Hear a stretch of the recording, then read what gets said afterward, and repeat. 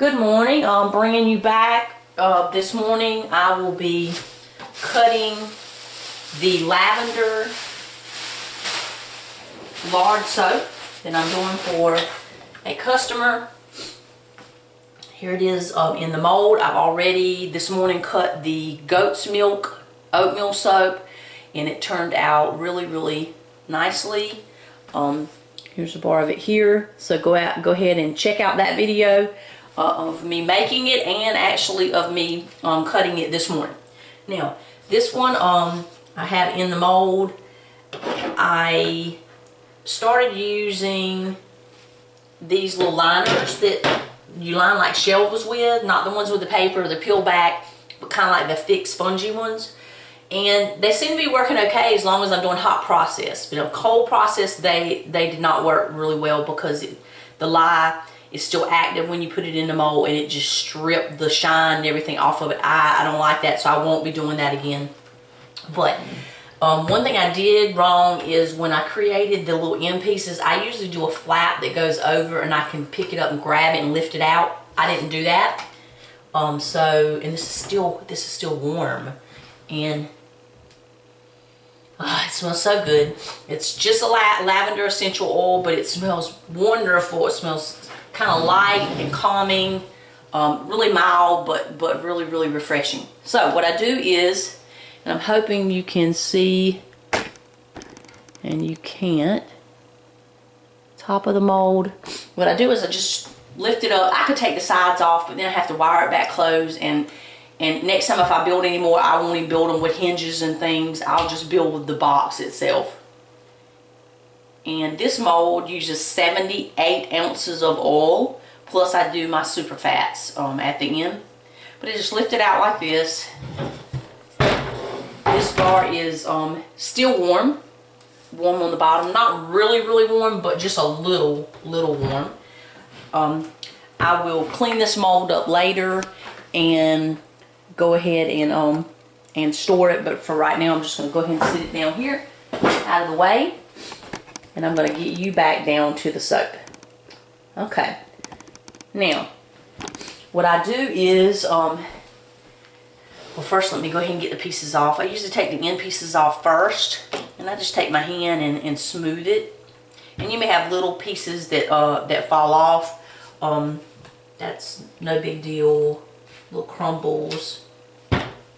That over there, and I'm gonna flip it over carefully because, like I said, it's still warm. It's soft, so it will have little indentions in it if you handle it too roughly. What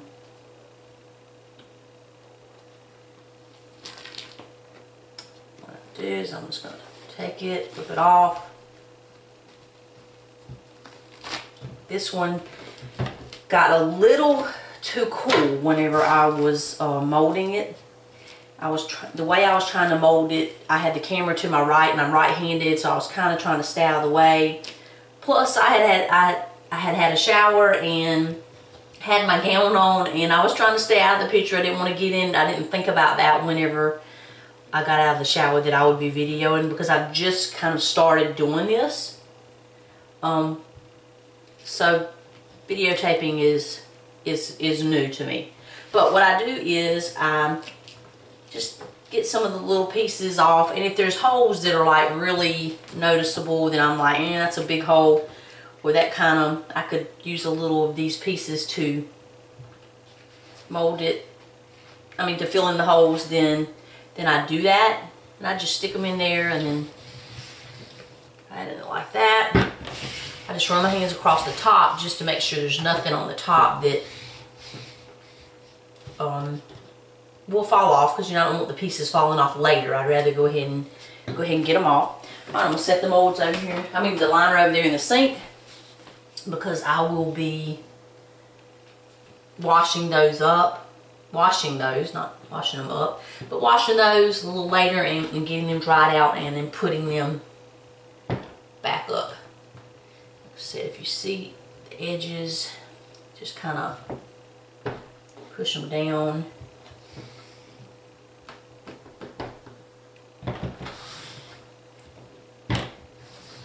Okay.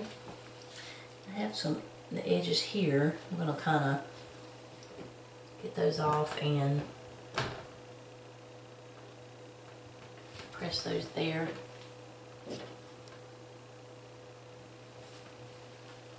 In here just feels like it's kind of sticking up. Alright, so there we go. There we have it. Alright, now what I do is I'm going to set the soaps on the table to cure for a couple days. I'm going to put my scale here. I like to always measure weigh my soaps so that I can make sure that I'm getting about the same size bar. I like for the bars to be about 5.8, 5.9 ounces when I cut it, because then it's going to dry out some and I know that it won't go under the 5 ounces. I don't worry about the ends anymore. I used to. Don't anymore. Because when you put it in the shower, it's not going to matter anyway. What I'll do is when I bag it, I'll put my label right there so it won't matter. Alright, that's 5.7. That's actually perfect. So I'm going to put that over there. Make sure you can see. Yeah. And I just line them up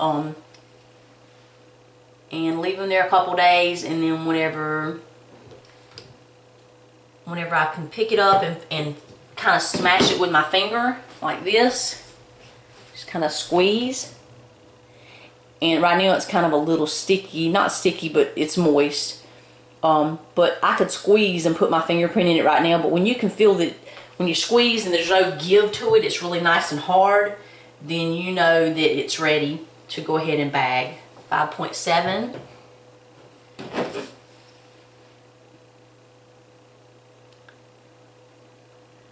I am really tired today. I've been at this all day yesterday and then been up since 4 o'clock this morning. 5.9. And then I have more. I filled up my baskets from after I went to the stores yesterday. What I do is, anyway, I have to make more soap. I need to make more soap to go ahead and let it cure my dry skin soap. I have some, but I need to go ahead and make another batch because it will have to cure and I don't want to have to wait on it. But what I do is I use containers. Oop, and I'm fixing to go down crooked. Okay. What I do is I use containers, and when I make a batch of soap and it's ready, I go ahead, it's 5.8. I go ahead and bag it, label it, and I fill up one container. So that one container is full of that one type of soap. And I put it on the shelf, and then the rest of it, I just sit up on the shelf. So that way I always know, well, I have a container full and that's all I have left. Because I don't do a lot of selling out of my house. I do have people that will come pick up soaps. They'll arrange to, can I stop by to get it? And I don't have a problem with that. I just don't have a shop in my store, in my house. I gotta quit I'm trying to quit saying But anyway, so then I just load the baskets. My daughter and son will help. They put the buckets, the containers in the back of my car. And that's my soap day. I go to the different places that have my soaps. I do that all in one day. And I usually do it on my way home from work. I just stop by those places and see how much soap they've sold. And then I fill them up, because the places that sell my soap, the businesses have it like on consignment.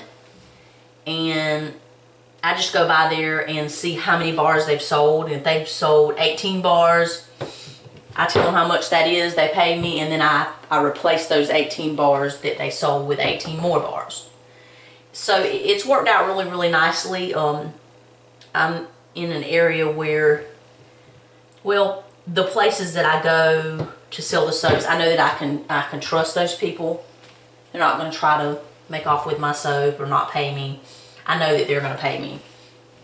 So that's nice. But anyway, and I just take those buckets, fill it up. That way I have them ready ahead of time. I don't have to pack up anything that morning. They're just ready. And I usually tell my daughter and son, put these containers in the back of the car and before I go to work, and then on the way home from work I just stop by. Works out great. When I get home, we unload the containers and I fill them up immediately. And that kind of too gives me an idea of what I need to make that next week. I already have the soaps ready for the stores for that week coming, but I know what I need to try to plan to make that week, because they do have to cure. I can't run out of something that's 5.9. I can't run out of something and I'm going to the stores tomorrow and I make it today and have it ready. It's going to have to sit. So I want to know that a week ahead of time that I'm going to really need something in 2 weeks. 5.9. So that's worked great for me. I'd love to hear about any ways that you organize your stuff, or that's just kind of works for me, keeping it in the containers and keeping it ready.